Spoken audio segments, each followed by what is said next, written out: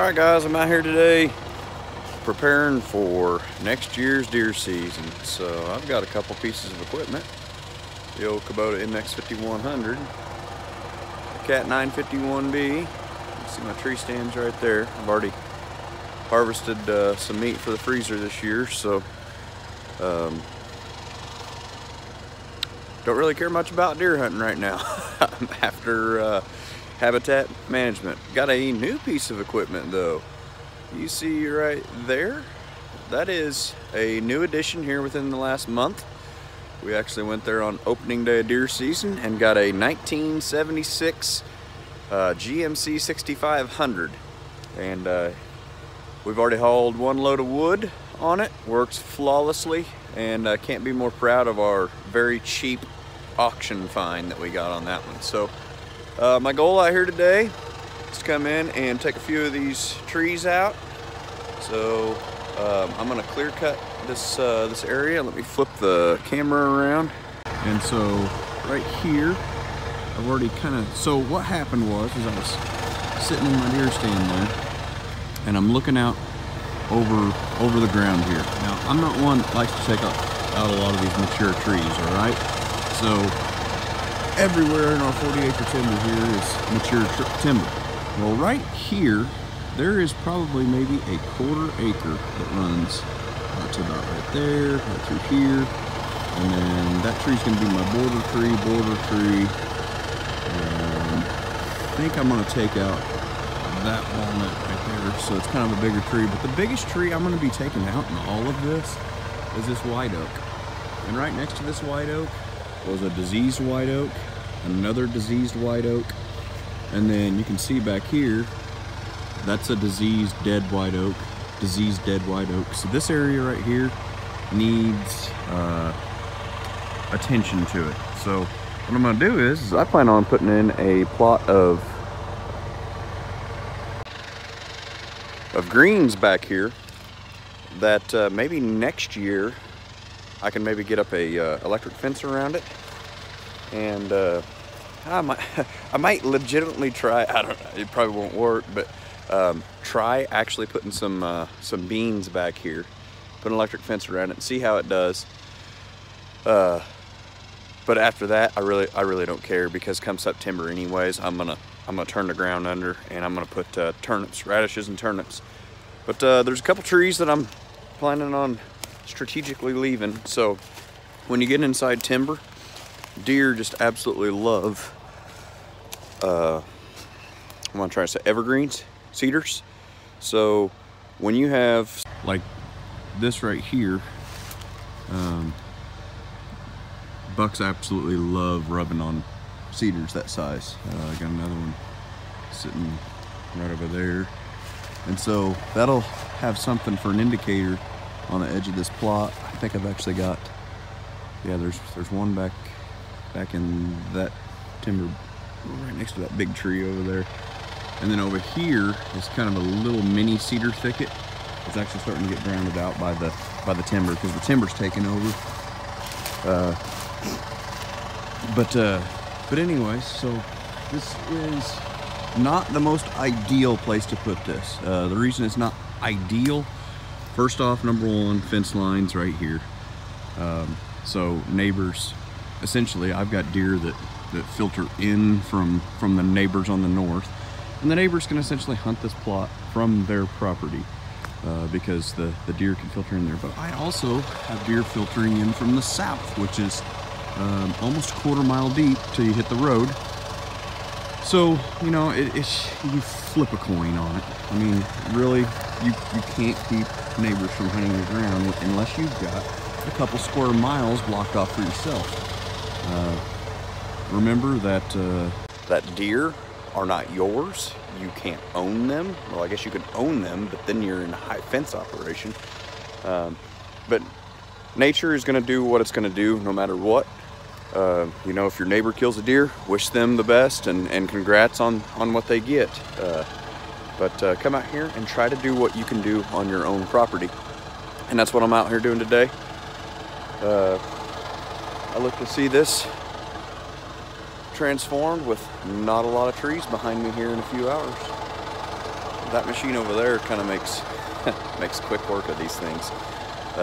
After I get them pushed over, I'm actually going to go through and just lop these up into logs, or wood logs, and then go sit them in a pile till they season out next year, and then burn them. But I'm not going to let the logs go to waste. I'm not going to just push it up into a brush pile and burn it. I'm actually going to use the stuff that I'm taking out of it. Anyways, I'm going to get to work.